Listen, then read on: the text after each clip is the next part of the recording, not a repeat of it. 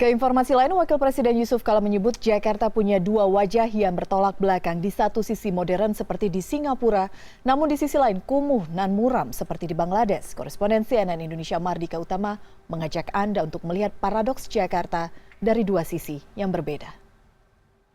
Dari kawasan Sudirman, Tamrin, kesan sebuah kota maju dan modern memang sangat terasa.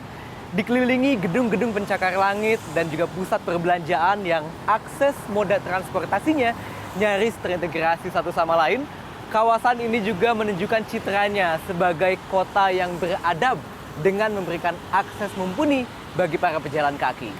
Pemerintah Provinsi DKI Jakarta pada tahun lalu mengeluarkan anggaran sebesar 180 miliar rupiah dari dana kompensasi koefisien lantai bangunan untuk merevitalisasi trotoar di kawasan Sudirman dan Tamrin. Dana lebih dari 50 miliar rupiah juga dikeluarkan untuk membangun kembali jembatan penyeberangan orang di kawasan ini. Maka tak salah rasanya jika Wakil Presiden Yusuf Kala menyamakan kawasan Sudirman Tamrin dengan lanskap kota-kota besar di negara maju seperti di Singapura.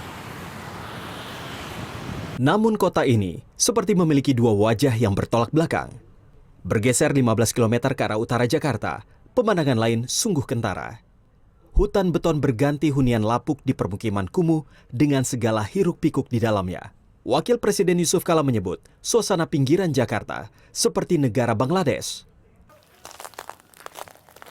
Tempat saya berjalan dan berpijak saat ini bukanlah di atas tanah, apalagi di atas batuan material beton, melainkan berada di atas tumpukan limbah kulit kerang yang sejak belasan sampai puluhan tahun lalu sengaja ditimbun oleh para pengupas kerang di kawasan ini sehingga membuat daratan baru seperti ini.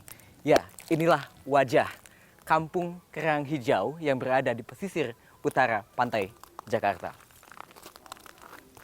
Ditinjau dari zonasi tata ruang, kampung yang secara administrasi baru dilegalkan 1 tahun lalu ini berada di kawasan biru yang tak boleh dijadikan permukiman. Namun nyatanya, lebih dari 500 kepala keluarga dari 3 RT di kawasan Muara Angke, Jakarta Utara tinggal di sini. Mayoritas warga berprofesi sebagai pengupas kerang hijau. Salah satunya Dirham yang sudah tinggal di rumahnya lebih dari 15 tahun bersama anak dan cucu. Bibir pantai ini jalan setapak ini tadinya. Nah, kalau ada ombak angin kencang tuh ya nyemprot ke sini, prat. Jadi ini tadinya laut nih, Pak? Iya nih, sono laut nih, ini bibir pantai, ini bibir. Dicap sebagai orang yang tinggal di kawasan kumuh bagaimana, Pak?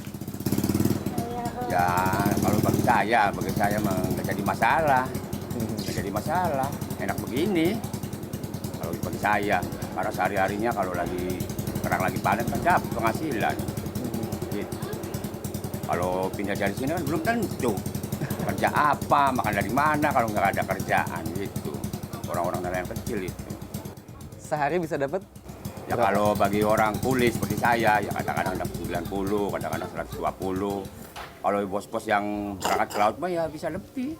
Tapi kalau lagi musim angin barat, artinya tidak ada penghasilan? Tidak ada sama sekali. Fenomena perkampungan kumuh di Jakarta tak lepas dari besarnya urbanisasi dan lonjakan jumlah penduduk di kota yang dipandang sebagai tempat mengadu nasib. Persoalan kemiskinan. Jadi ketika mereka kaum urban datang ke Jakarta, kemudian mencoba bertahan untuk bisa bertahan di Jakarta, pilihannya kan mempertahankan struktur ekonomi mereka karena mereka belum bisa naik secara ekonomi. Kemudian secara kultural, memang itulah habitus mereka. Sudah merupakan, ya memang dengan begini kami juga bisa bertahan di Jakarta. Pemerintah Provinsi DKI Jakarta sudah membuat komitmen untuk menata ulang perkampungan kumuh yang diteken Anies Baswedan lewat keputusan Gubernur DKI nomor 878 tahun 2018. Sedikitnya, 21 kampung menanti untuk dipoles dengan konsep Community Action Plan dan janji tanpa ada penggusuran. Namun kita masih menunggu seperti apa hasilnya. Mardika Utama, Devi Fitriani, Jakarta.